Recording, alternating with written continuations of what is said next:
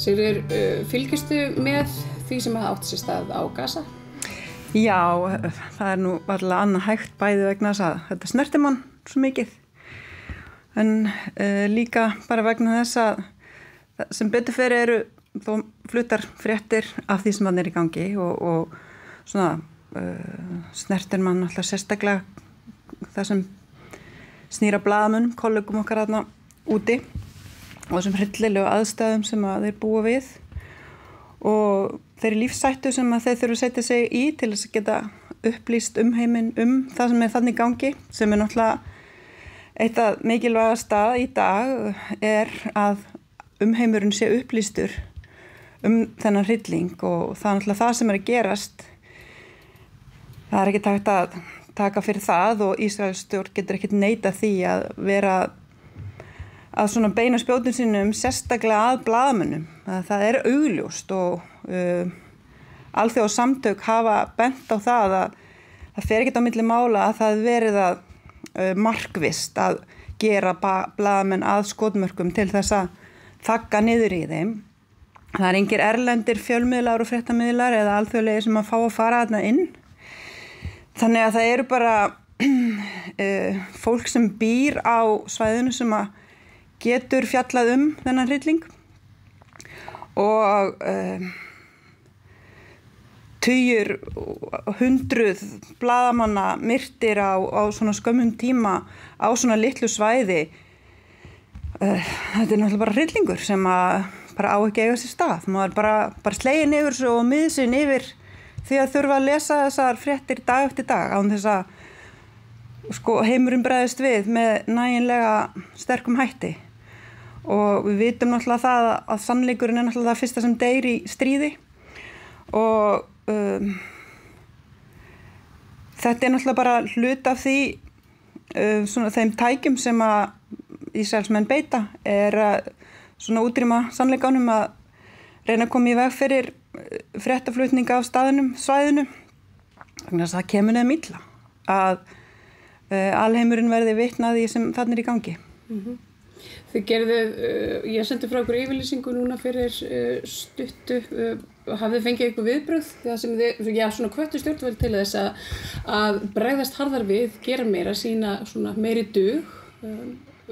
Hafið þið heyrt eitthvað að það sé í pípunum hjá þeim? Nei, við höfum ekki heyrt neitt frá stjórnvöldum eftir að við sendum þessa áskorun frá okkur en við höfum fengið mikil viðbrögð bæði frá félagsmönnum okkar og almenningi og sem var gott að finna að fólki, allavega þeim sem sætti sig í samband við okkur fólk var ánægt með að við skildum stíga þetta skref og vera svona ákveðin í okkar bara orðfæri og okkar afstöðu og við stöndum bara við það, öll stjórnin stendur að baki þessari ályktun og þessari áskorun og allt félagið, það var mjög harðorð og ákveðin ályktun samþykkt á aðalfundi í vor sem bara mjög samhljóða þessari. Þannig að blaðamannafélagið og félagsmenn blaðamannafélagsins eru allir á einu máli það, finnst mér að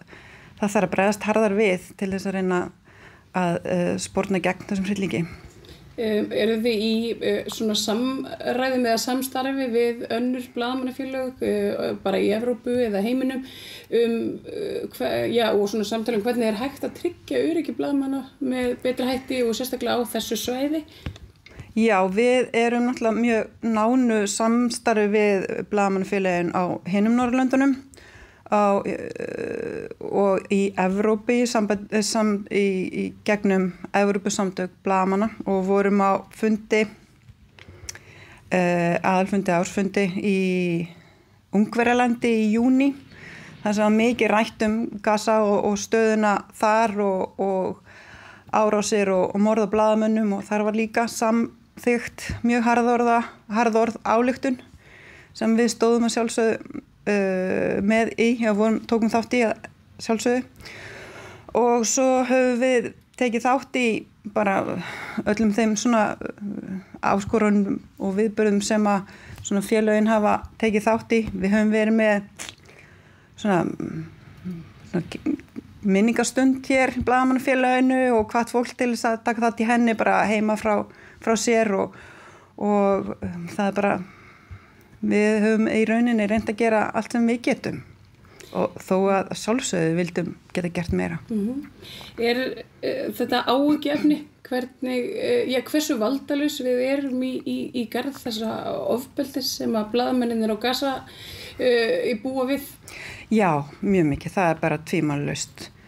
Þetta er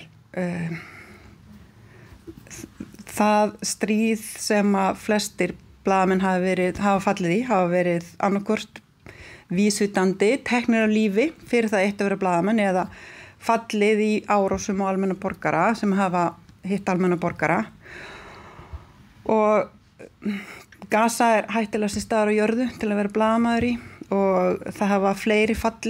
blaðamenn látið lífið í þessum átökum heldur en öllum stríðum í heiminum samanlagt. Þannig að þetta er einhver hryllingur á einhverjum allt öðrum skala og ég held við erum eftir að sjá það betur þegar að framleiða stundir hversu miklar hörmungur þetta eru og ég